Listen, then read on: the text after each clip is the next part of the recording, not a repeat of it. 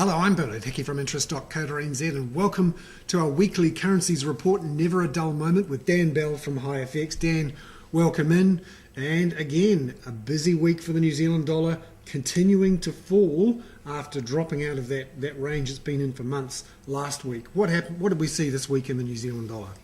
Yep, so we continue to be a sort of manic depressive market, and that's showing up in the New Zealand dollar at the moment. As you mentioned, we've broken under that 80 cent mark last week, and we've continued to fall over the last few days, making a low of around 78.20 against the US dollar. So we saw it dip to 78.20 yesterday. It recovered somewhat overnight, pushing back up to 79 cents, and then we had some more negative news out of the US this morning regarding JP Morgan, which has sent us lower again. We're just hovering around those lows around 78.30 at the moment. So looking very, very vulnerable at the moment.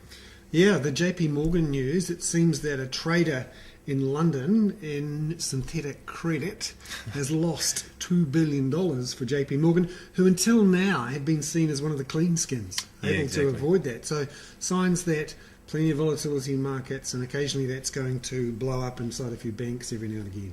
Yeah, that's right, and particularly in the derivatives market, which can be notoriously opaque, and as you mentioned, some sort of synthetic credit instruments, and also some significant legal costs that JP Morgan are facing as well, up to almost $4 billion in potential legal claims. That is a bit of a surprise to them and the market. So more risk aversion this morning, and that really follows on from what's been quite a negative week with the election results in Greece, creating a lot of uncertainty about what's happening there, and obviously the change in the leadership in France.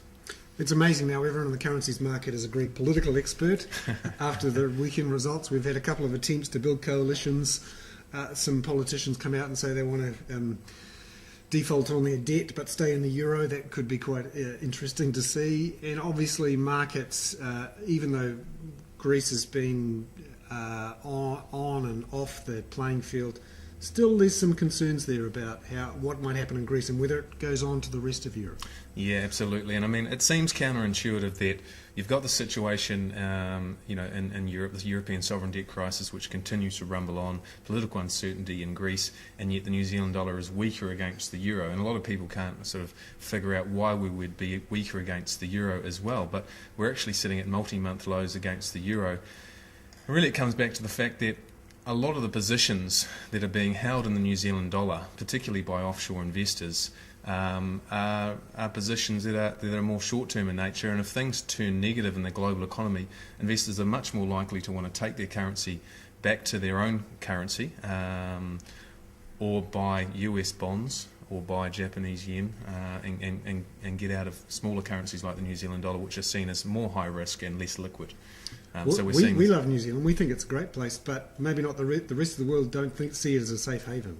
Well, no, they don't. I mean, there was some talk about the New Zealand dollar having and the New Zealand economy having more safe haven appeal last year. But as we're seeing, really, when things start to turn in the global economy, investors are taking risk off the table, and the New Zealand dollar is still considered a risk currency. So risk off, the Kiwi dollar goes down, and we go down harder and sharper against those major crosses. I mean, looking at the New Zealand dollar versus the pound as well, again sitting at multi-month lows. We were up close to those post-float highs just a couple of months ago, and at the moment trading under 0.49p, which is still high by historical standards, but we've certainly lost a lot of ground, and considering the backdrop in the UK, which is still pretty average, it goes to show you how fragile our currency can be when things start to turn.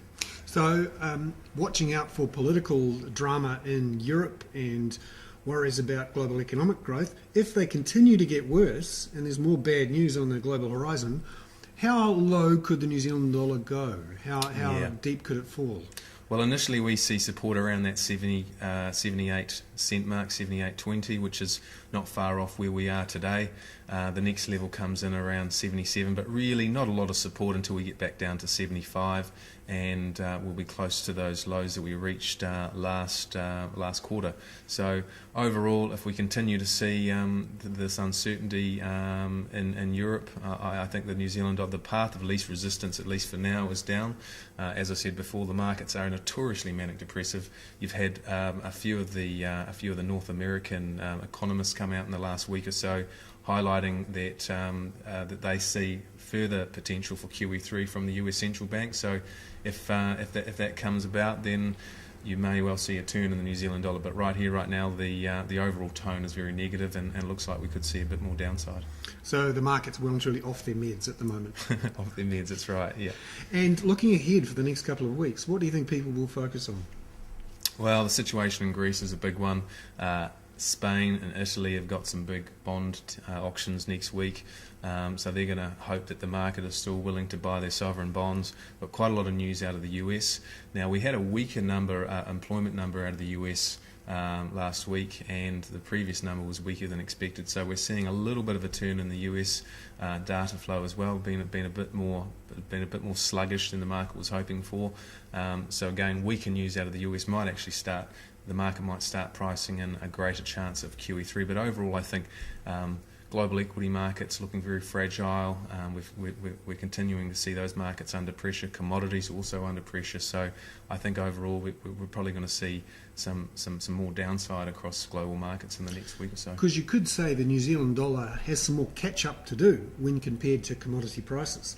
There was a period a few weeks ago when the currency was up 82, 83, yet our commodity prices had already fallen 10 to 15%. Yeah. We haven't quite been reflected yet. If you look at fundamentals, I know that they're a bit boring in the world of currency markets, but the fundamentals say that there's room for the currency to fall further yet. Yeah, that's right. Yeah, and we are playing catch up, as you note, and also the interest rate outlook locally, which is why we have been one of the worst performing currencies over the last week or so. So, potentially lower interest rates in New Zealand, weaker commodity prices. The fundamental outlook is certainly not positive at the moment. So there we have it, our weekly currencies report there with Dan Bell from HiFX. I'm Bernard Hickey from interest.co.nz.